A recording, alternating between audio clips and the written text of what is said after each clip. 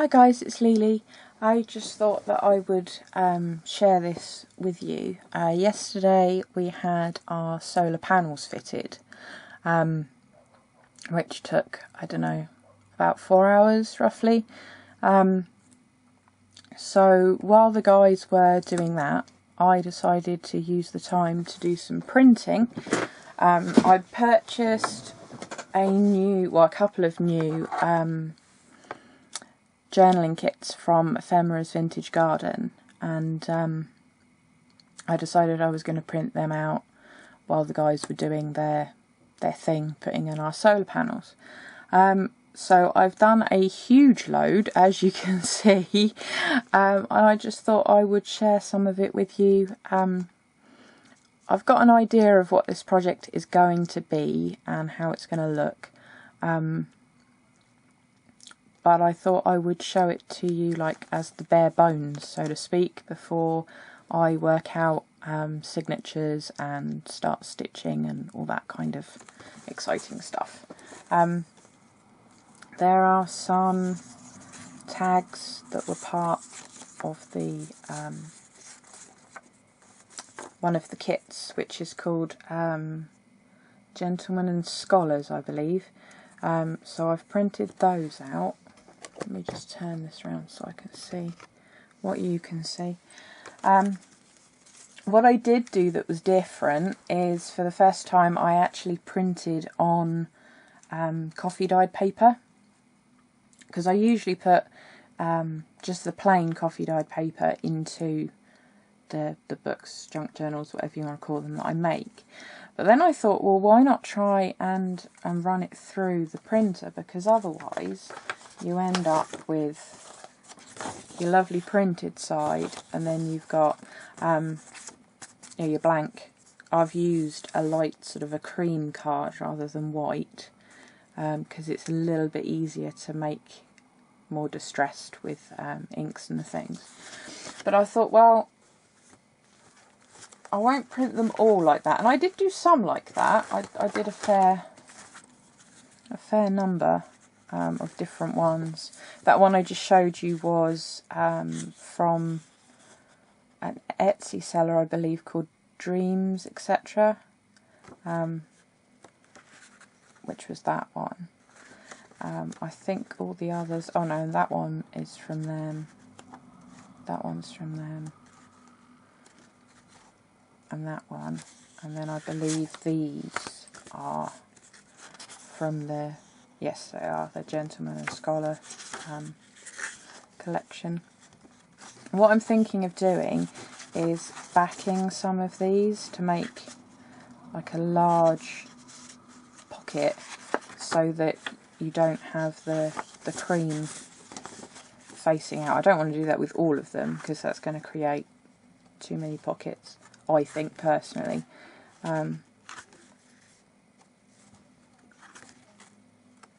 But it's a possibility for a couple of them. So I printed those out, and it came with loads of different ephemera pieces. I did buy an add-on, I believe it was called Glue Book Bits or something, so I did buy that as well. That's some butterflies from another one of their kits. Debbie Ann's, I can't recall which one it is, sorry, but these are from another one of Debbie Ann's kits. She has so many pretty ones, and I don't own all of them, but I do own quite a few. This was one of the additional ephemera bits that wasn't separate. I didn't buy this separately. This was part of the download. So you get some nice little envelopes and bits and bobs to tuck in there. I won't go through it all. And I kept my scraps. This is the coffee dyed paper that I did a while back. I don't remember when it was, but I shared that on a video with you. I tried another technique which I didn't like as much, so I carried on with the way I do it, and I'm happy with how I get the results for that. So I've kept these because they can be used as little tuck spots and things. And then we've got some older ones that I did that I've already cut in half and folded. Some of that book paper that I also coffee dyed last time, and some of the, this is just a plain exercise book, but it makes a great noise. So I've got those that are going to be going into signatures. It's going to be quite a chunky book, but this is some of it that has been printed on the coffee dyed paper. Okay, never mind. My husband just yelling at me up the stairs. So there's some,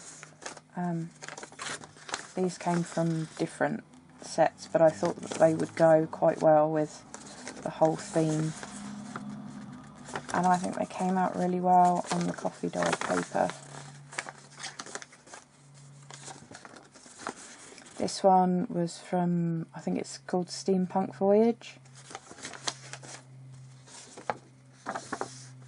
And then these ones I've done on an ordinary card. That was the Steampunk Journey one as well. That must be one as well then, because I must have done those at the same time.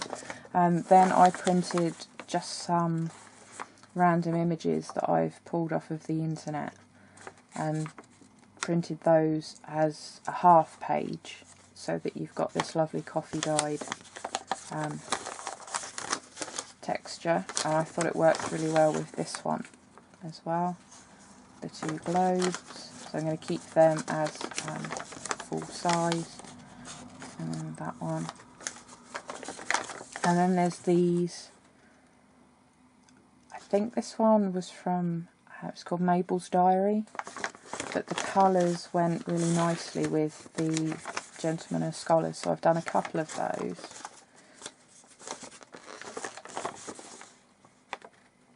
It's kind of like having the masculine and feminine sides. They do complement each other, I think, quite well. These ones are all Mabel's Diary.